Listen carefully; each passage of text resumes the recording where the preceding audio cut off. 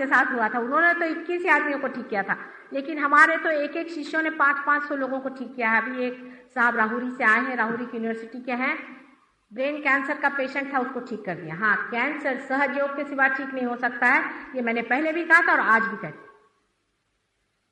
और health ministry में भी हम लोग जाने वाले हैं, लेकिन प्रॉब्लम हमारे लिए ये है कि जैसे ही हम कहेंगे हम कैंसर ठीक करते हैं, सारे कैंसर के बीमार ठीक करते करते हम डॉक्टर कब बनाएंगे?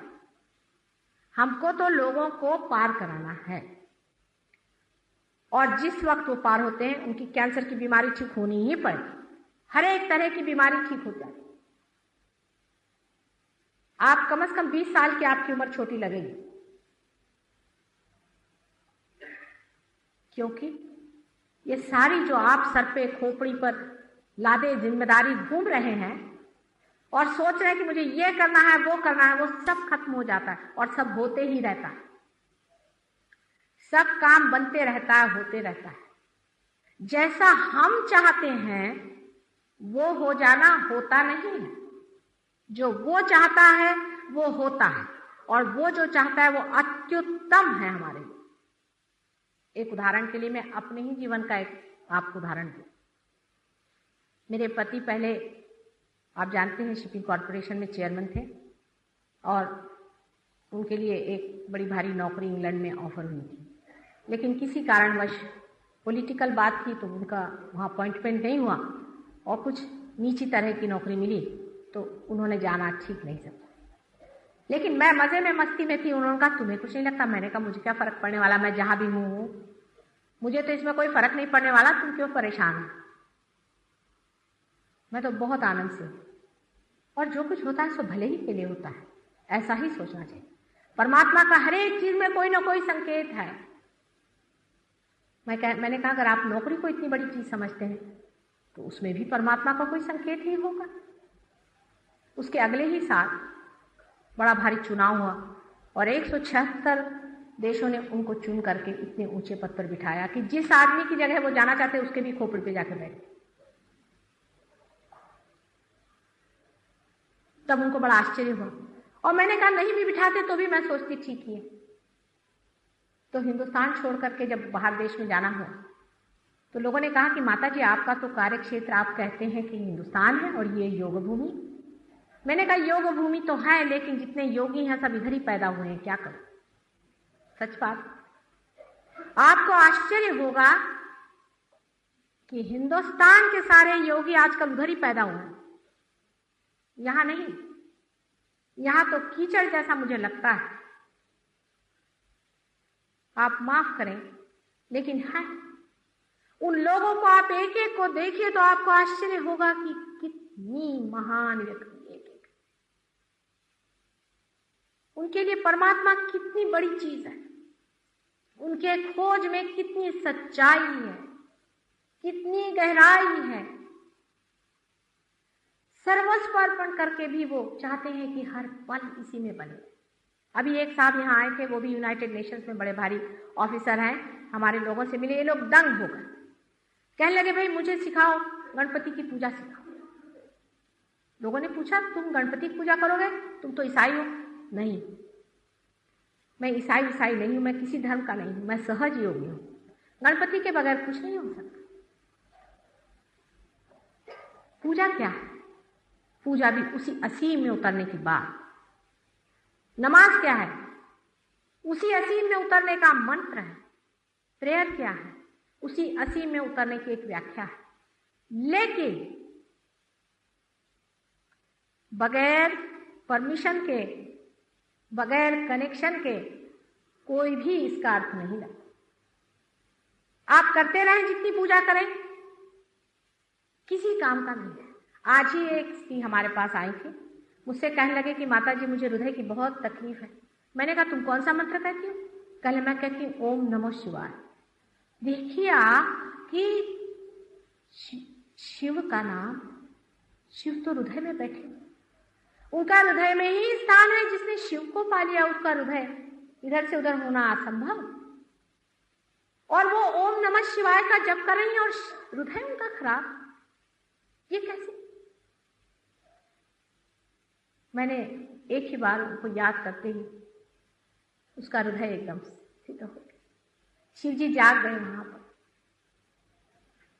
क्या अंतर है उनमें मुझ में? एक ही अंतर, मेरा शिव जी से कनेक्शन है। मैंने उनसे परमिशन ली हुई है। जैसे किसी के घर पे आपको जाना है तो आपको उससे परमिशन लेके जाना पड़ती है। अब आज जस्टिस वैद्य के यहाँ आपको अगर जाना है, आप जाके दरवाजे पे ठोका मारेंगे तो वो आपको पुलिस में बंद करवा देंगे। लेकिन आप कायदे से उनके पास पहुंचे तो वो भी आपकी आवभगत करेंगे, कहेंगे बैठिए, आइए विराजी। कनेक्शन के बगैर जितनी भी पूजा अर्चा आदि होती है, और वो भी अतिशय में जब जाती है संतुलन से परे, उसका नुकसान होता है। आपने हठ योग में भी कहा, हठ योगियों के प्रति मेरा यही आज तक अनुभव रहा है। आश्चर्य की बात, अमेरिका में भी बहुत हठ योगी कि जितने भी हठ योगी हैं सबको हार्ट की ट्रबल, बड़ा आश्चर्य होता है। हठ योगी तो विशेषकर शिव के बहुत बड़े पुजारी होते हैं।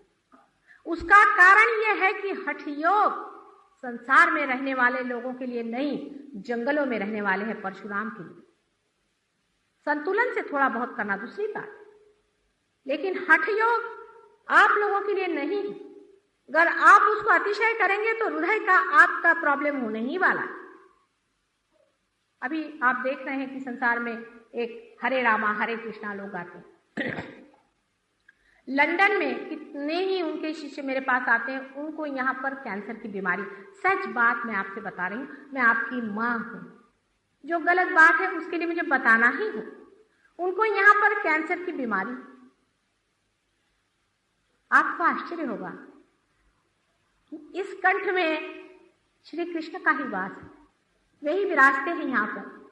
जब कभी किसी को कंठ में या सर्वाइकल प्लेक्सस में कोई भी शिकायत होती है तो श्री कृष्ण का, राधा कृष्ण का नाम लेना पड़ता है, कुंडलिनी शास्त्र। और इनके यहाँ पर देखिए कि इनकी जो कुंडलिनी अवरुद्ध तो है ही, लेकिन यहाँ पर श्री कृष्ण ही नाराज बैठे हुए हैं, वहां से लुप्त हो गए। क्या वजह है? हम लोग सोच रहे हैं क्या हमारी संस्कृति फैला रहे हैं, हालांकि उसमें संस्कृति कुछ नहीं फैलाते वो लोग। मैंने देखा उनकी चोटियां नीचे गिर जाती, धोतियां नीचे गिर जाती, इतना बद्दापन सारा है। लेकिन जाने दीजिए उस बात को। परमात्मा के नाम पे जो कूद काद रहे हैं और चिल्ला रहे हैं, उनके शुद्धि चक्र पे जहां पर श्री कृष्ण का वास है, उस जगह कैंसर की बीमारी कैसे हो गई? उसका भी यही कारण। और नहीं तो उनको एक बार भी याद करना बहुत कुछ होता है। उनको इतने बार याद करने की जरूरत ही क्या है? जिसको जाना है उनको सिर्फ एक बार कृष्ण करके कहने, सुदर्शन चक्र लेकर, शंख चक्र गदा पद गरुड़ ललित धार। उनके लिए इतना आतप करने की जरूरत क्या है? इतनी आफत मचाने की जरूरत क्या है? इतना सोंग करने की और इतना एग्जीबिशन करने की क्या जरूरत है, जो कि साक्षात आपके अंदर हर समय विराजमान। किंतु आप अपनी हट करते हैं। आप वास्तविक कर परमात्मा को मानते हैं तो शरणागति में रहें, मौन में रहें, उसे जाने अंदर में घटित होना है ही। आखिर आप ही सोचिए, जिस परमात्मा ने ये विश्व बनाया है, जिसने सारी सृष्टि रची है, वो क्या इस सारी सृष्टि को विनाश कर देगा? इसका क्या संहार कर देगा? परमेश्वर का प्रेम कलियुग में तो विशेष रूप से कार्यान्वित है।